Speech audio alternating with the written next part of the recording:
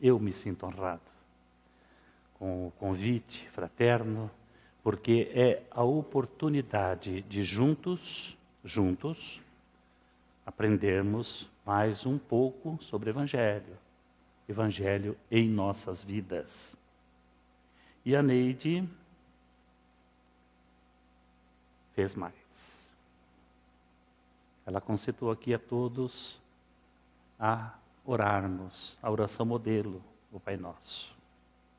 O Pai Nosso, ele é o registro do evangelista Mateus. E Mateus, um dos 12, reserva 3 capítulos do seu evangelho. Capítulo 5, 6 e 7, para registrar ali o chamado Sermão da Montanha. Portanto, o Pai Nosso está ali, nesse registro que Mateus fez, do chamado Sermão do Monte ou Sermão da Montanha. O notável palestrante, escritor, conhecido em todo o Brasil, Richard Simonetti, sempre com umas características, umas motivações bastante interessantes, ele nos relata em uma das suas crônicas, dos seus artigos, que num curso que foi realizado lá em Bauru, no Amor e Caridade, é uma instituição referência no Brasil, pela fidelidade a Kardec e as propostas e as atividades inúmeras que são ali desenvolvidas, num curso sobre a doutrina. 75 pessoas. E ele indagou: quantos aqui leram o Sermão da Montanha? Levantem a mão. 12 pessoas levantaram a mão, num universo de 75. Quantos estudaram, lógico, no universo agora de 12, quantos estudaram o Sermão da Montanha? Silêncio constrangedor. Mas não parou por aí o constrangimento. Alguém perguntou: o que significa a palavra sermão? E pior, um disse: a montanha falou,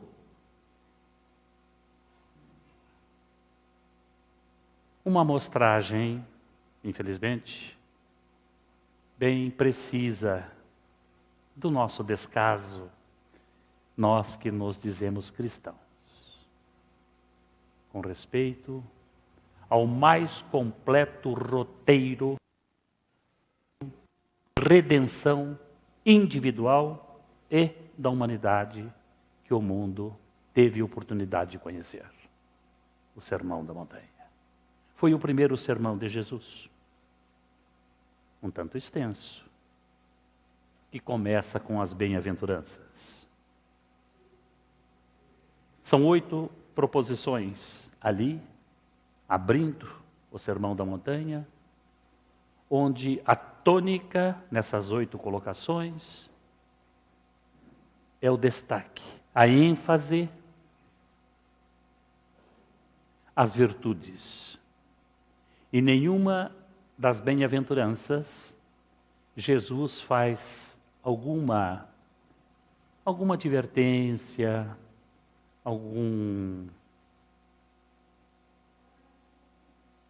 alguma conduta que possa sofrer alguma recriminação. Não. Jesus enfatiza nas bem-aventuranças as virtudes de que todos nós podemos ser possuidores. Prossegue ali no capítulo 5, conforme o registro de Mateus, falando sobre diversos temas, diversas colocações, envolvendo o nosso dia a dia, com a característica do mestre dos mestres, as características da atemporalidade. Ou seja, as palavras do mestre não ficaram adstritas ou restritas à sua época ou ao povo judeu de 2000 anos. Mas um processo, como nós falamos, de redenção de toda a humanidade.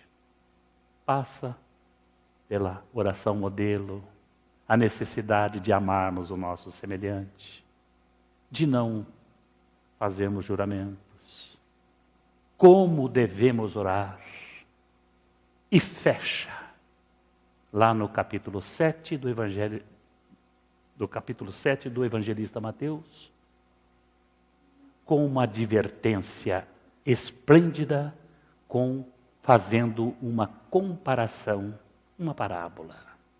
Quem ouve as minhas palavras e as pratica é semelhante àquele homem que construiu a sua casa em terreno firme e terreno rochoso.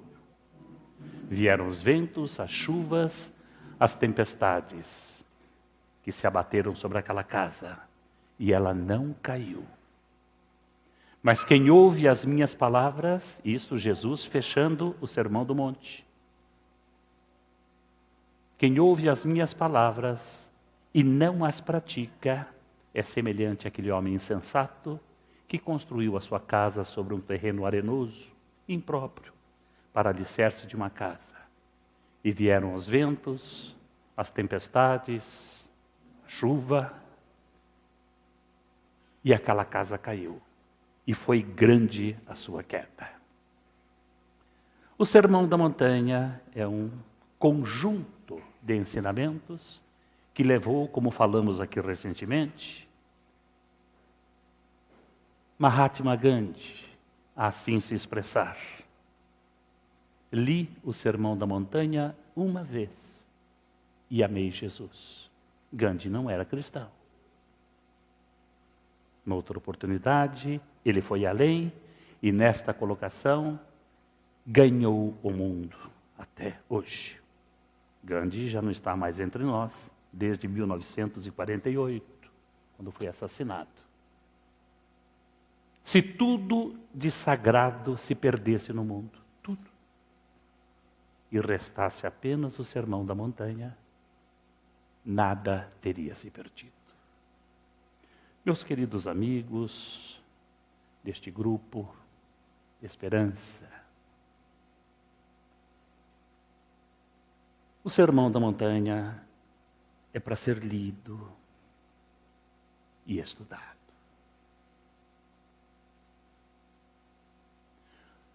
E lendo e estudando o Sermão da Montanha, vem-nos à mente a passagem ali na Palestina, na época de Jesus,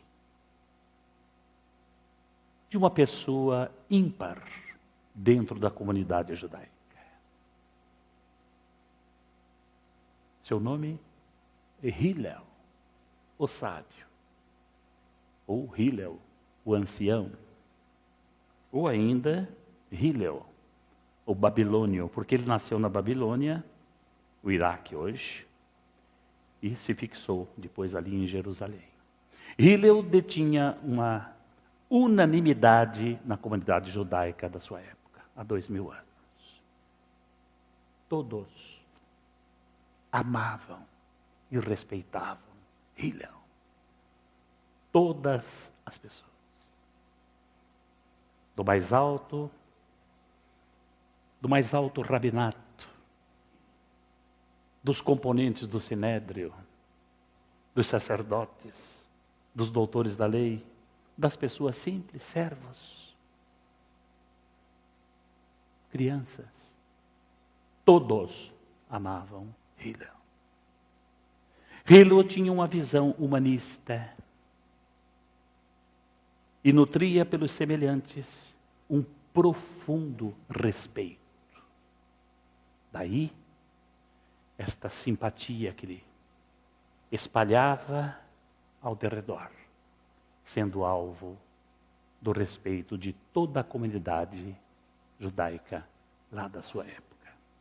Ele viveu, acredita-se, pressupõe-se, não há muitas informações sobre isto, mas acredita-se que Hillel tenha vivido entre os anos 60 da era antes de Cristo e o ano 12 da era cristã. Presume-se que seja esse o tempo de vida de Hillel. Portanto, como todos já perceberam, quando ele desencarnou, no ano 12 da era cristã, como nós conhecemos hoje, Jesus era um mocinho, estava ali na adolescência. Isso sem contar aquela pequena diferença que sabemos que existe de cerca de 6 anos do erro que foi cometido na fixação das eras. O pouco que sabemos dele, e que sei, muito menos.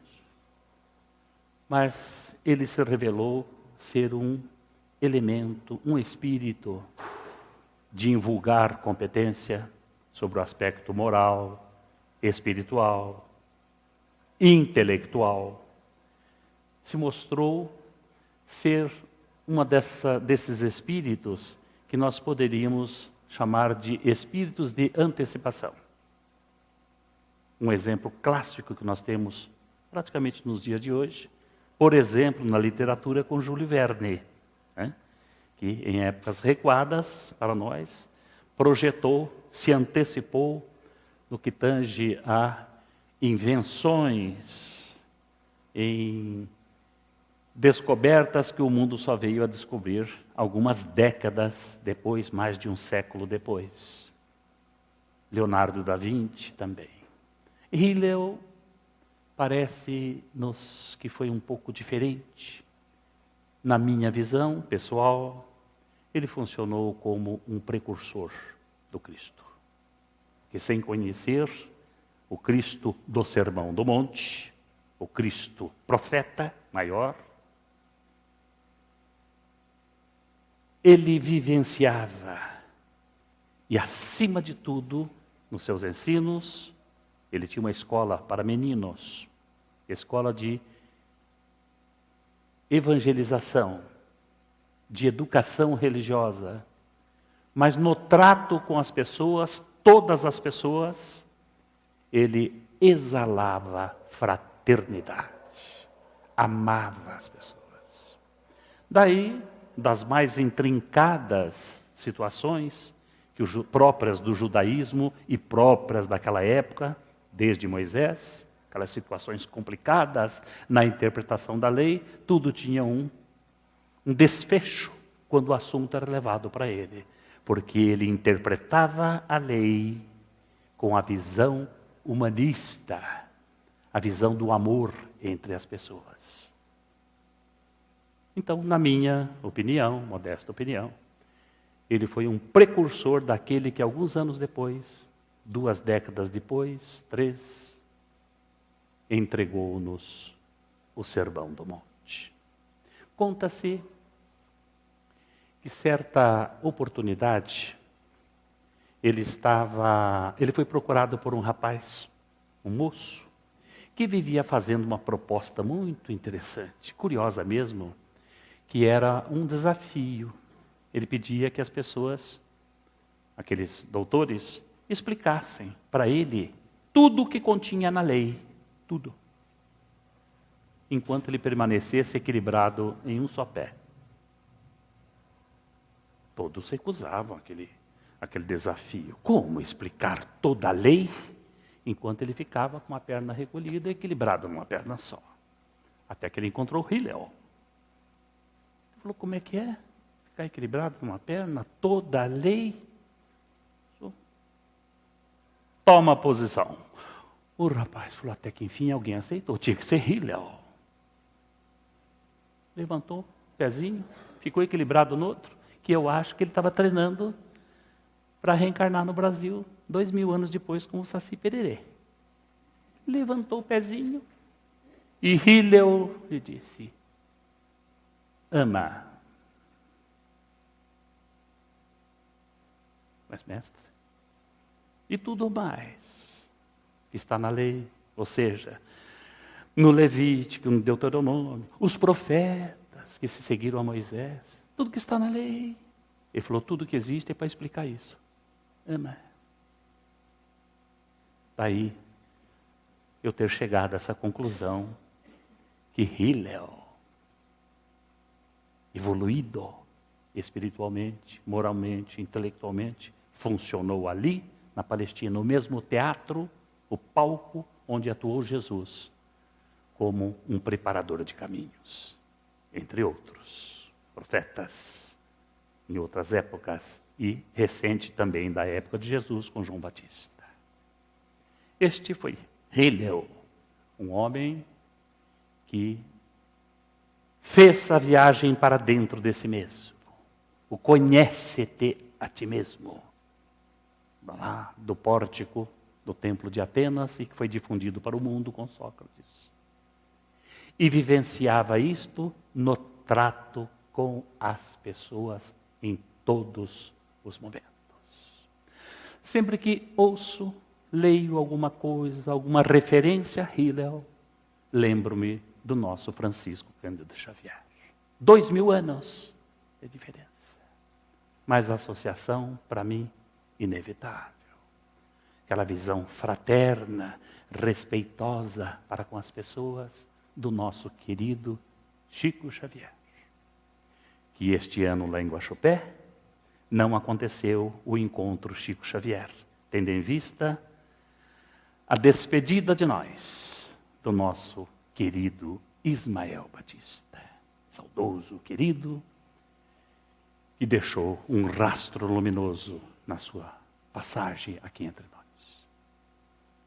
Certa feita, Francisco Cândido Xavier, indagado sobre qual o momento mais grandioso, mais bonito da sua existência como apóstolo da caridade, e quando as pessoas esperavam uma resposta tipo, foi aquele dia que Emmanuel e uma equipe do plano espiritual me conduziram, eu desdobrado do corpo físico, e vi o palco onde se desenrolou, por exemplo, as cenas de Paulo e Estevão, de há 2000 anos, 50 anos depois, Ave Cristo, Renúncia, ou algo como quando do lançamento do meu 100º livro, o livro que ele foi o psicógrafo, Chico psicografou 412 livros.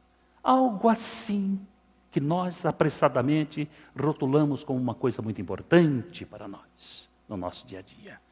E para a surpresa de quem indagou, ele respondeu que o momento mais importante de sua vida foi um dia que ele se preparava para tomar um ônibus, onde ele iria se deslocar para um outro local, munido de documentos para resolver uma questão, numa repartição, uma questão legal.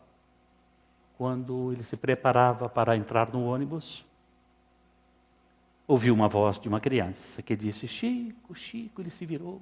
Era uma menina que corria com uma florzinha na mão. E disse, Chico, vim trazer para você.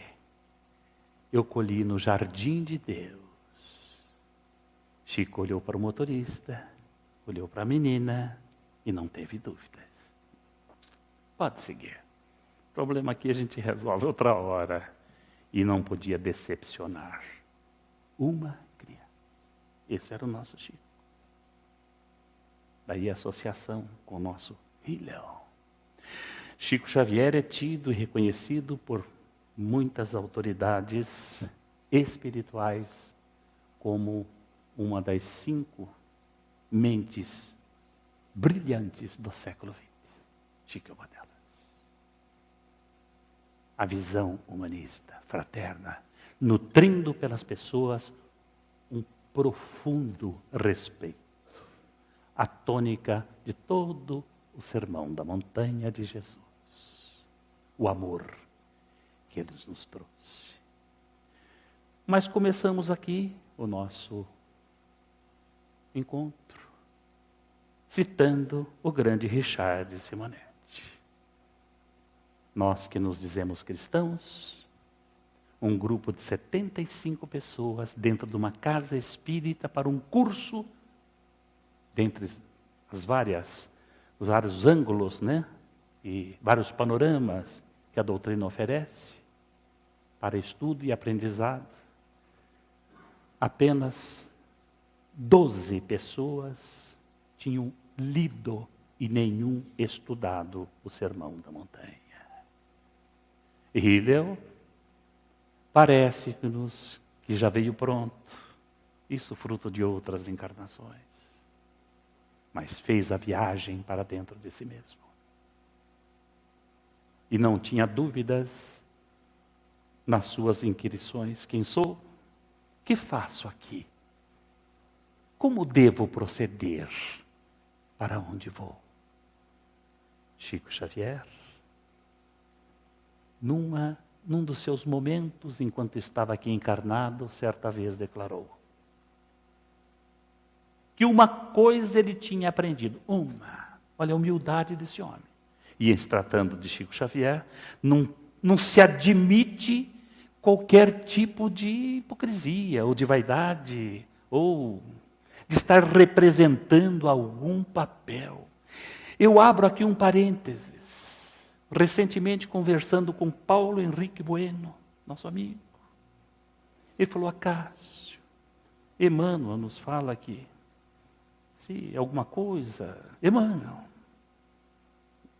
entrar em conflito, veja, fiquem com Kardec e com Jesus e esqueçam-me. Acácio, livro dos médiuns, nós aprendemos a discernir as coisas, a sermos cuidadosos na análise das coisas, no que tange o movimento espírita. Agora, convenhamos, Acácio, tem o nome, tem a mão do Chico no meio, não tem nada que discutir. Aceita-se naturalmente, dada a grandeza deste homem. E ele declarou que uma coisa, Chico, ele havia aprendido naquela encarnação. É que ele não tinha o direito de incomodar quem quer que fosse. Isso ele tinha aprendido. Em se tratando de Chico, entende-se que esse quem quer que seja, quem quer que fosse, aplica-se também a animais e plantas. Chico entendeu perfeitamente a mensagem que vem da Grécia Antiga: conhece-te a ti mesmo. Livro dos Espíritos, questão 888, facinho de guardar, né? 888. O Livro dos Espíritos tem 1018 questões. A 888. Uma resposta um pouco extensa em relação às outras, os outros questionamentos que Kardec fez. E no momento da resposta da questão 888, que leva uma assinatura, São Vicente de Paulo veio. Lá está, que trata sobre esmola, donativos, beneficência, caridade material. Reprovais a esmola. É uma pergunta que se desdobra. Questão 888. Tem um certo momento ali que o Espírito que dá a resposta declara que todos os Espíritos, todos, encarnados e desencarnados. Encarnados, conta-se aí 7,5 bilhões de seres. Aqui tem um grupinho, mas contando a Terra toda, é isto. 7 bilhões e alguns milhões. E apenas para um raciocínio aqui, sem preocupação de trabalharmos com números aqui, que seria irrelevante. 30 bilhões de espíritos estão vinculados ao planeta. É em torno disso. Todos, sem exceção, estão recebendo a todo instante ajuda do alto. E esta ajuda que recebe, todos os espíritos, individualmente, têm as mesmas obrigações para aqueles que estão abaixo. Foi quando Ismael Batista, lá no Centro Espírita Missionário da Luz, plasmou este ensinamento com uma posição física, assim, recebendo e os mesmos deveres, as mesmas bênçãos de que está recebendo o dever de transmitir ao outro. Quem tem consciência disso, começa a adentrar neste mundo do Sermão da Montanha e ver a grandiosidade dos ensinamentos, onde não ficam dúvidas de qual deve ser o nosso comportamento. Se o Sermão da Montanha começa com uma exaltação, salientando as virtudes, começando com a humildade, bem-aventurados os humildes, os pobres de espírito, os humildes, porque o reino dos céus, para eles, está reservado a eles, os humildes. Jesus fecha, como falei há pouco, o Sermão do Monte, lá no último versículo do capítulo 7 do evangelista Mateus, com esta parábola que nós acabamos de contar. Quem ouve as minhas palavras e as pratica, e quem ouve e não as pratica. O planeta passa por um momento muito especial, chamada transição planetária. Uma das bem-aventuranças, bem-aventurados os brandos, porque vejo que nas 8 colocações existe o explicativo, o porquê. Jesus fala, destaca as virtudes e explica por quê. Bem-aventurados os brandos, porque eles herdarão a terra. É o momento que nós estamos passando. É a nossa oportunidade. Não dá para deixar mais. E o Sermão da Montanha é o repositório inesgotável de informações para pautarmos as nossas atitudes, as nossas ações. Pestalozzi, que foi professor de Kardec, costumava se expressar que nós somos cabeça, coração e braços, representando aí, utilizando-se do corpo físico, como a usina geradora dos nossos pensamentos, a possibilidade de sublimarmos o que pensamos, e os braços representando a ação. Com o Sermão do Monte, dá para entender bem de que o que devemos pensar, como devemos trabalhar aqui, administrando esses pensamentos com as nossas emoções, e como devemos utilizar os nossos braços. Hillel, restrito ali à comunidade judaica, legou-nos belíssimos exemplos, apesar das poucas informações que temos. Chico Xavier, o homem em caridade, um exemplo belíssimo para todos nós, que poderíamos até ousar dizer: que faria Chico no meu lugar? Não precisamos invocar nem o nome do mestre. O próprio Chico é mais que suficiente para nós pautarmos as nossas existências. Um dia, era um dia de semana, na parte da manhã, eu estacionei o meu carro em frente a um supermercado lá em Pirassununga. Tinha uma comprinha pequena para fazer, um supermercado não muito grande, né? Bem próximo ali ao centro. Naquele tempo não tinha muito problema para estacionamento, né? Porque hoje tem.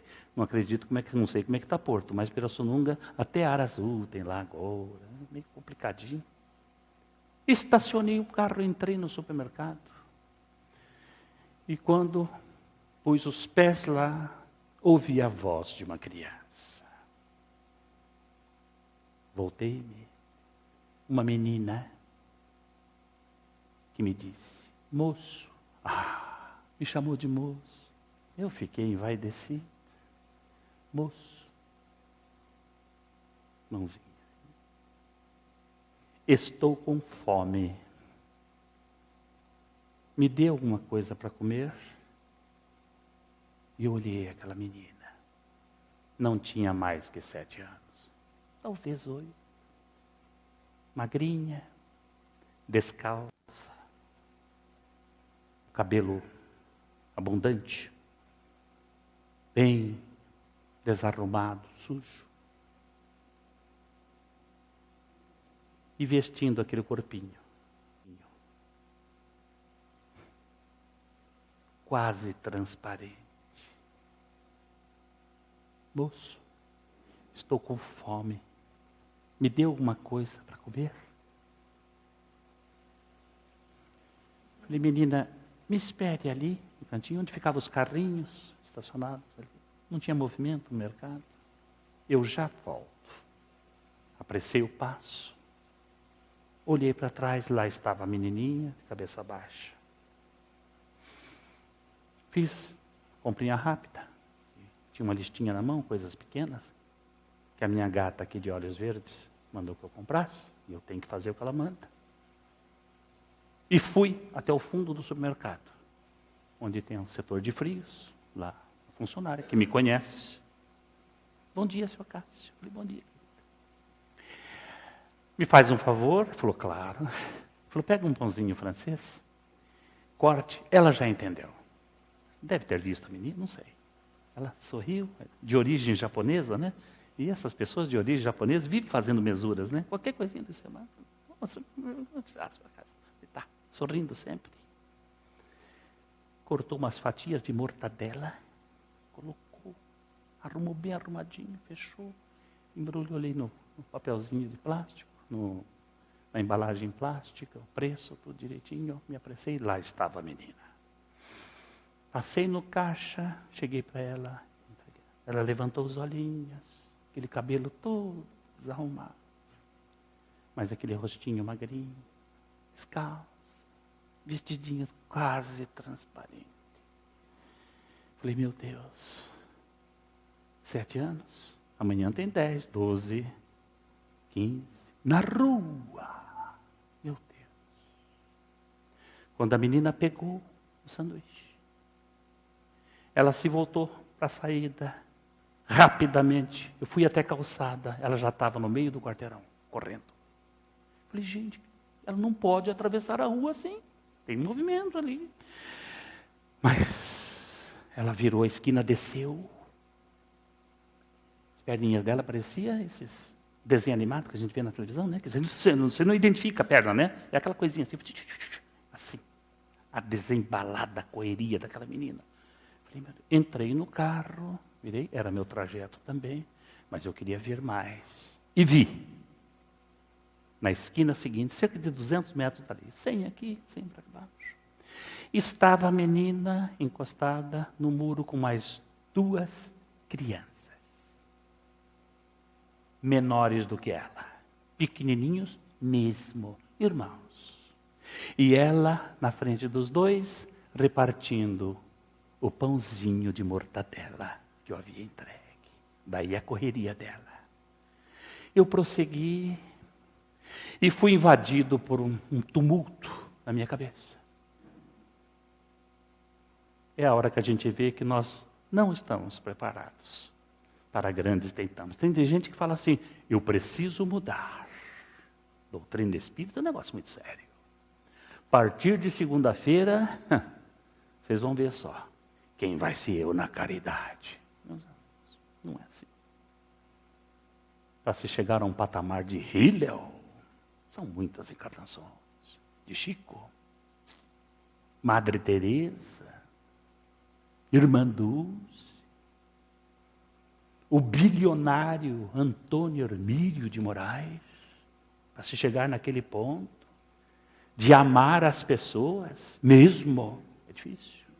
Mas ali eu não consegui refrear esse tumulto na minha cabeça. Falei, meu Deus, por que eu não fiz algo melhor? E eu mesmo respondia, que interessante, né? A gente, quando entra nessas crises, a gente pergunta, a gente mesmo se responde, e eu dirigindo. Falei, mas por que eu não fiz algo melhor? Daí eu falava, por que você não sabia, uai? Mas eu podia ter feito um achocolatado. Se eu andasse mais 100 metros ali, virando a outra esquina, atrás do supermercado, do outro quarteirão, tem uma bela de uma panificadora. Por que você não levou as 3 crianças lá e não ofereceu algo melhor? Daí ele fala, mas você não vai resolver o problema. E não vai mesmo. Há algo mais sério.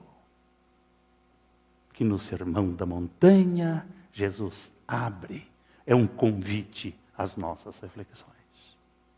Não é com gestos emocionais que nós edificamos um mundo melhor, a começar de nós mesmos. E aquilo tomou conta do meu pensamento durante algum tempo, e eu comecei a entender um pouco mais o recado de Alta de Souza, notável poetisa, através das mãos de Francisco Cândido Xavier. Um alerta para nós, que nos dizemos cristãos, que nos dizemos espíritas. Canta-nos, elucida-nos a poetisa. Repara. Repara além das rosas do teu horto, onde a luz do teu sonho brilha e mora.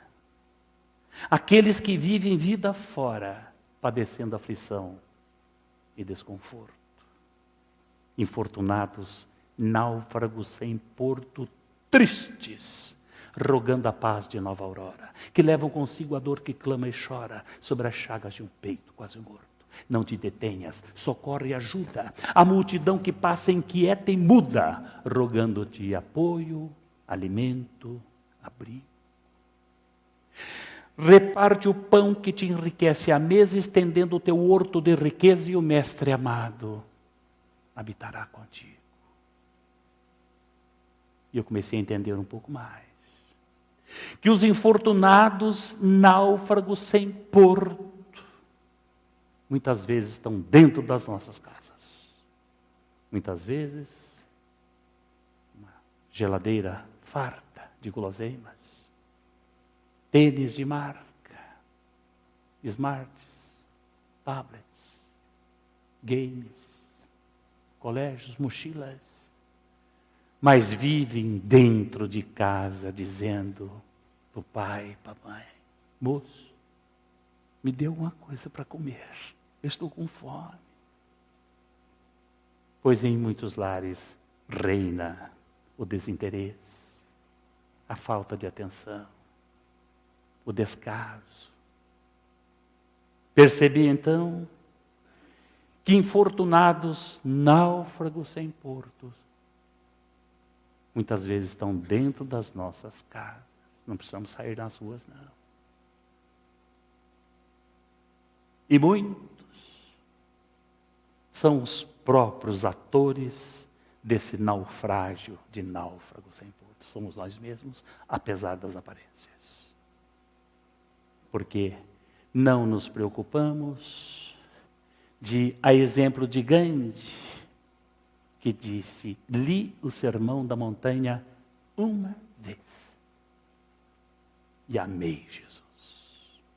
É hora, é momento, porque os tempos são chegados. E quem quiser entender um pouquinho mais sobre o que estamos aqui falando, estamos apenas reproduzindo, peguem a obra Gênese, a quinta obra da codificação espírita, e vão lá no último capítulo, capítulo 18. Tem 18 capítulos, leiam o 18. E nós constataremos, pelo que vemos hoje, depois que o homem pôs os pés na lua, o que é que aconteceu e está acontecendo e vai acontecer com o nosso planeta. Não haverá lugar mais para descasos, omissões, para identificarmos infortunados, náufragos sem porto e nos mantemos nas nossas poltronas de conforto. Muitas vezes, dentro da nossa própria casa. Capítulo 18 da Gênese. Tinha que ser Kardec a refletir fielmente os ensinos de Jesus, num nível de compreensão para qualquer pessoa. Todos ali entendem como é que se faz a viagem para dentro de si mesmo. E chegarmos à condição, um dia, de bem-aventurados, de maneira mais pacífica, mais branda, sem choque, sem transtorno, sem sobressaltos. É seguir a trilha desenhada por Jesus, nutrindo um profundo respeito pelas pessoas, porque nós não sabemos quem é que está à nossa frente. Ele não questionava quem que estava na frente dele. Madre Teresa de Calcutá conversava no mesmo diapasão com o primeiro-ministro, com o presidente da República, de diversos países, e com a infeliz que estava embaixo da ponte, tensionando colocar para fora o serzinho que estava crescendo na barriga dela. Não faça isto. Nós te ajudamos. Não. Tenha criança. Tenha e a gente cuida. E na maioria das vezes, quando ela conseguia convencer as pessoas, ela conseguia convencer também a mãe a ficar com a criança. Mas se fosse preciso, eles cuidariam da criança também. E assim ela fundou mais de 600 instituições em mais de 130 países pelo mundo. São caminhos, são trilhas de quem fez a viagem para dentro de si mesmos. Nós podemos também fazer. E muitas vezes o que nos compete fazer é dentro de casa, na rua, no trânsito, na loja, na repartição, com colegas de trabalho, com o chefe chato. Mudança de comportamento. Para isso precisamos ter coragem. Coragem que não faltou a Hillel, não faltou a Chico Xavier. Coragem. Porque somos medrosos nesta de mudar os nossos comportamentos. Outra poetisa, Maria Dolores, cantou para nós, através das mãos do Chico também. Coragem, disse ela. Coragem repete o ninho. Olha que comparação interessante. Poeta tem disso. Vai buscar esses símbolos. E a gente lê e fala, nossa, que bonitinho. Olha esses versos aqui, que coisa bonita. Mas não sai disso. É como se fosse no museu e vemos a obra de arte e não saímos da moldura. Nossa, que bela moldura. Que madeira que será aquilo, hein? Mas a obra de arte, a gente não capta, não entra neste mundo. Ou, como nos fala Kardec, ante a música, certas pessoas que ouvem apenas sons. Outros adentram no campo da música e chegam às lágrimas. A mesma música, bem entendido. O convite é este. Que penetremos neste mundo, por exemplo, dos versos de Maria Dolores, quando usa a comparação de um ninho, o galho de uma árvore. E sobrevém uma tempestade, então ela nos diz coragem. Repete o ninho, suportando de mansinho toda a fúria do escarcéu.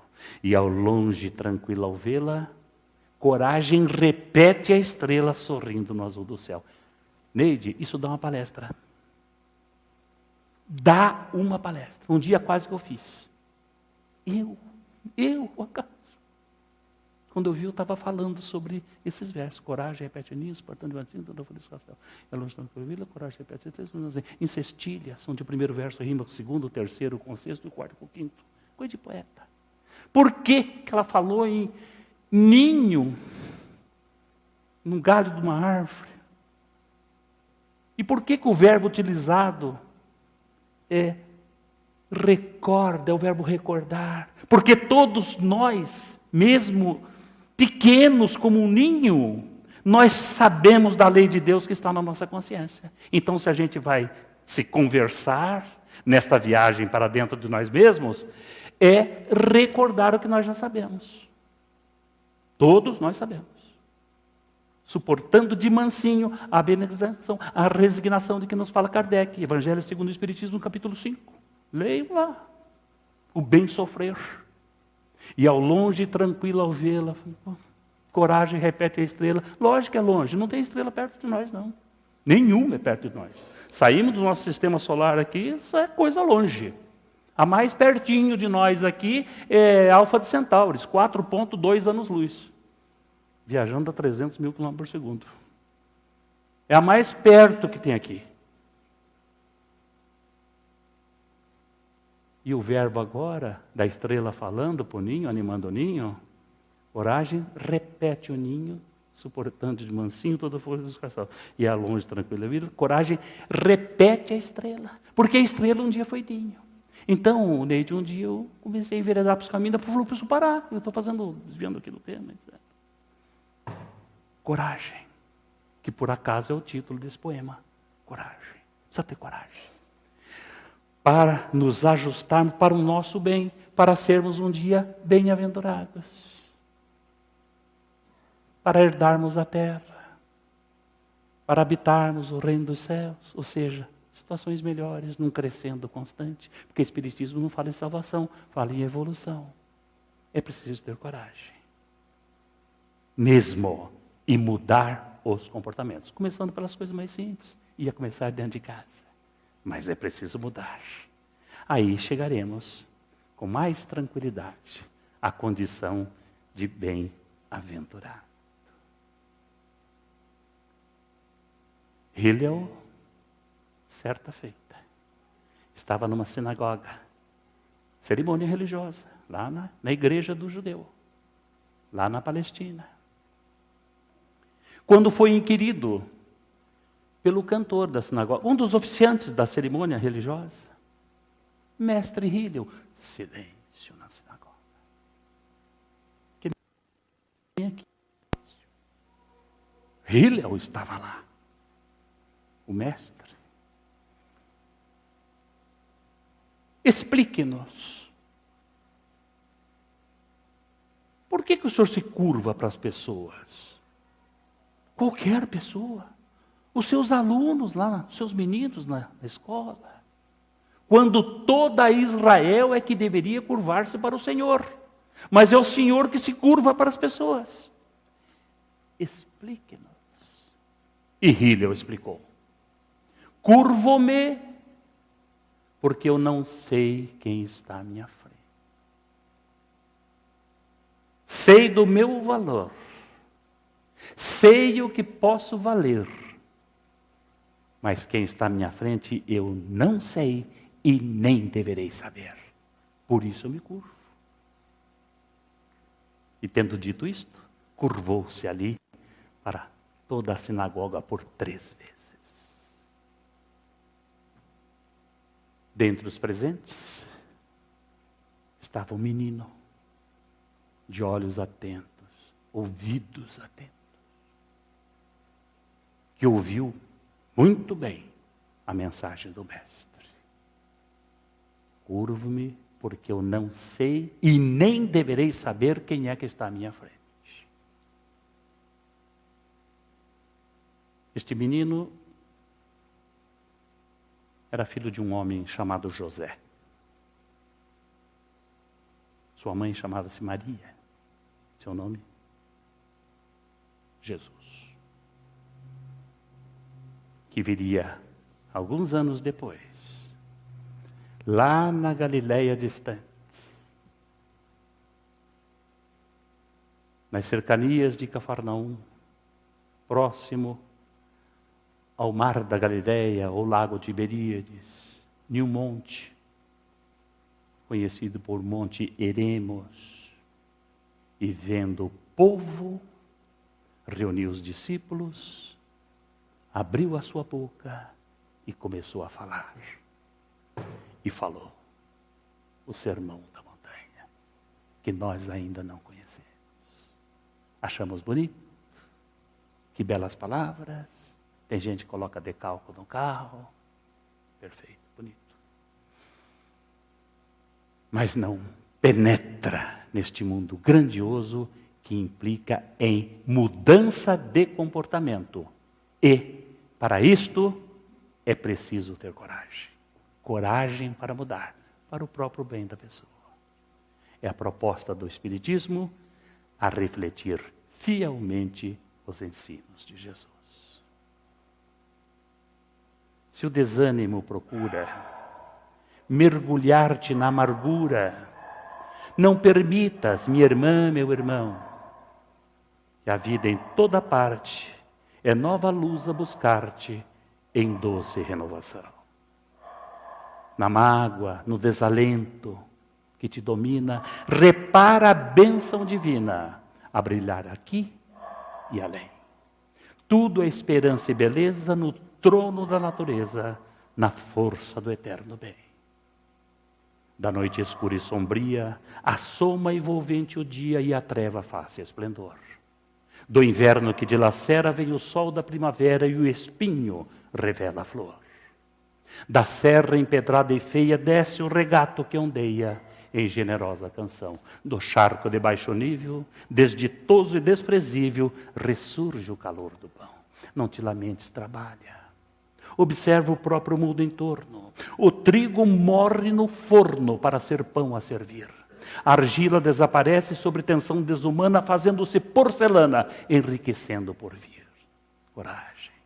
Coragem recorda o ninho, suportando de mansinho toda a fúria do escarcéu.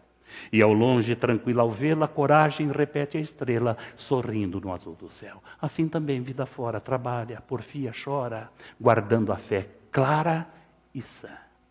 Padece, mas busca a frente, lembrando constantemente que o dia volta amanhã. Muito obrigado.